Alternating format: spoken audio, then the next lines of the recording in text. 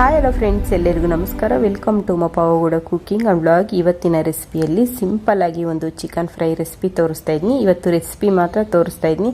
ತುಂಬ ಸಿಂಪಲ್ಲು, ಅಷ್ಟೇ ರುಚಿಯಾಗಿರುತ್ತೆ. ಪಟಪಟ ಅಂತ ಮಾಡ್ಕೋಬೋದು. ಬನ್ನಿ, ಸಿಂಪಲ್ ಆಗಿರುವ ಚಿಕನ್ ಫ್ರೈ ಯಾವ ರೀತಿ ಮಾಡೋದಂತ ನೋಡ್ಕೊಳ್ಳೋಣ. ಅದಕ್ಕೂ ಮುನ್ನ ಚಾನಲ್ನ ಸಬ್ಸ್ಕ್ರೈಬ್ ಮಾಡಿಕೊಂಡು ವಿಡಿಯೋ ನೋಡಿ ಅಂತ ಹೇಳ್ತಾ ಇವತ್ತಿನ ರೆಸಿಪಿ ಶುರು ಮಾಡ್ತಾ ಇದ್ದೀನಿ. ಬನ್ನಿ.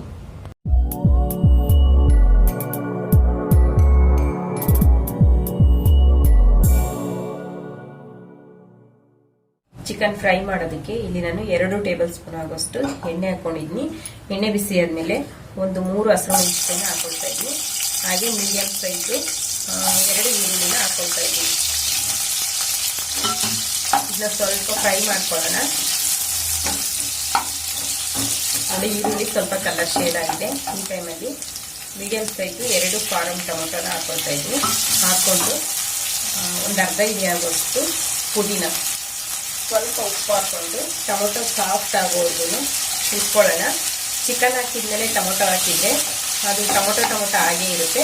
ಹಾಗಾಗಿ ಸ್ವಲ್ಪ ಟೊಮೊಟೊ ಚೆನ್ನಾಗಿ ಸಾಫ್ಟ್ ಆದಮೇಲೆ ಚಿಕನ್ನ ಹಾಕ್ಕೊಳ್ಳೋಣ. ಹಾಗೆ 1 ಟೇಬಲ್ ಸ್ಪೂನ್ ಆಗೋಷ್ಟು ಶುಂಠಿ ಬೆಳ್ಳುಳ್ಳಿ ಪೇಸ್ಟ್ನು ಸಹ ಹಾಕ್ಕೊಳ್ಳೋಣ. ಹಾಕ್ಕೊಂಡು ಚೆನ್ನಾಗಿ ಹುರ್ಕೊಳ್ಳೋಣ. ಈ ಟೊಮೊಟೊ ಹಸಿ ಸ್ಮೆಲ್ ಹೋಗೋದನ್ನು ಚೆನ್ನಾಗಿ ಹುರ್ಕೊಳ್ಳೋಣ.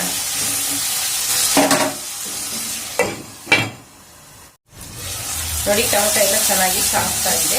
ಈ ಟೈಮಲ್ಲಿ ಚಿಕನ್ ಹಾಕ್ಕೊಳ್ಳೋಣ. ಇಲ್ಲಿ ನಾನು ಅರ್ಧ kg ಚಿಕನ್ನ ನೀಟಾಗೆಲ್ಲ ತೊಳೆದು ಇಟ್ಕೊಂಡಿದ್ದೀನಿ ಸೋರಾಕ ಜಾಗದಲ್ಲಿ. ಈಗ ಚಿಕನ್ನ ಹಾಕ್ಕೊಳ್ಳೋಣ.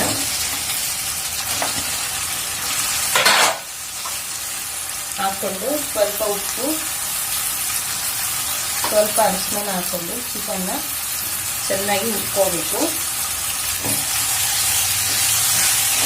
7 ರಿಂದ 8 ನಿಮಿಷ ಚೆನ್ನಾಗಿ ಉಟ್ಕೊಳ್ಳೋಣ.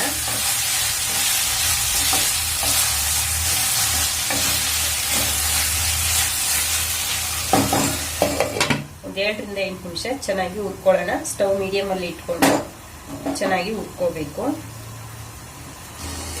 ಒಂದು 7 ರಿಂದ 8 ನಿಮಿಷ ಚೆನ್ನಾಗಿ ಉಟ್ಕೊಂಡಿದ್ವು ಚಿಕನ್ನ. ಈಗ 1 ಸ್ಪೂನ್ ಆಗೋಷ್ಟು ಅಕ್ಕಿ ಹಾಕ್ತೀವಿ. ಮುಂಚೆ ಹಸಿಮೆಣಸಿನಕಾಯಿ ಹಾಕಿರ್ತೀವಿ, ನೋಡಿಕೊಂಡು ಹಾಕೋಬೇಕು. 1 ಸ್ಪೂನ್ ಆಗೋಷ್ಟು ಧನಿಯಾ ಪೌಡರ್, ಹಾಗೆ ಒಂದು ಅರ್ಧ ಸ್ಪೂನ್ ಆಗೋಷ್ಟು ಗರಂ ಮಸಾಲ ಇಲ್ಲಾಂದರೆ ಚಕ್ಕೆ ಲವಂಗ ಒಗ್ಗರಣೆಗೆ ಹಾಕ್ಕೋಬೋದು. ರುಚಿಗೆ ತಕ್ಕಷ್ಟು ಉಪ್ಪು ಸಹ ಮುಂಚೆನೇ ಹಾಕಿರ್ತೀವಿ, ನೋಡಿಕೊಂಡು ಹಾಕ್ಕೋಬೇಕು. ಚೆನ್ನಾಗೆಲ್ಲ ಮಿಕ್ಸ್ ಮಾಡಿಕೊಂಡು ಒಂದು ಅರ್ಧ ಗ್ಲಾಸ್ ಆಗೋಷ್ಟು ನೀರನ್ನ ಹಾಕ್ಕೊಳ್ಳೋಣ. ಹಾಕೊಂಡು ಚೆನ್ನಾಗೆಲ್ಲ ಮಿಕ್ಸ್ ಮಾಡಿಕೊಂಡು ಈಗ ಒಂದು ಲಿಡ್ನ ಕ್ಲೋಸ್ ಮಾಡಿ ಇದನ್ನು ಅಷ್ಟೇ ಒಂದು 5 ನಿಮಿಷ ಬೇಯಿಸ್ಕೊಳ್ಳೋಣ.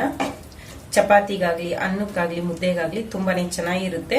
ತುಂಬಾ ಸಿಂಪಲ್ ಚಿಕನ್ ಫ್ರೈ ಮಾಡೋದು. ಇದಕ್ಕಿಂತ ಸಿಂಪಲ್ ಯಾವ ರೆಸಿಪಿನೂ ಇಲ್ಲ ಅಂತಾನೆ ಹೇಳ್ಬೋದು. ನೋಡಿ, ಮಸಾಲೆ ಹಾಕಿದ್ಮೇಲೆ ಒಂದು 5 ರಿಂದ 6 ನಿಮಿಷ ಬೇಯಿಸ್ಕೊಂಡಿದ್ವಿ ಚಿಕನ್ನ.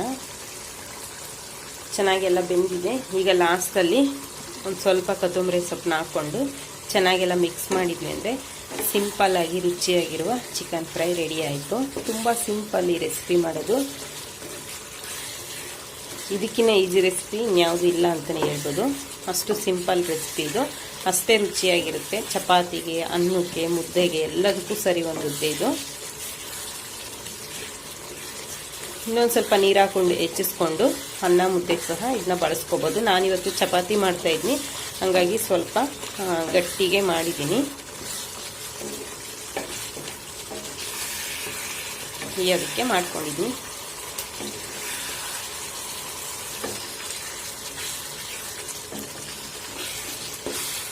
ತುಂಬ ಸಿಂಪಲ್ ರೆಸಿಪಿ ಇದು.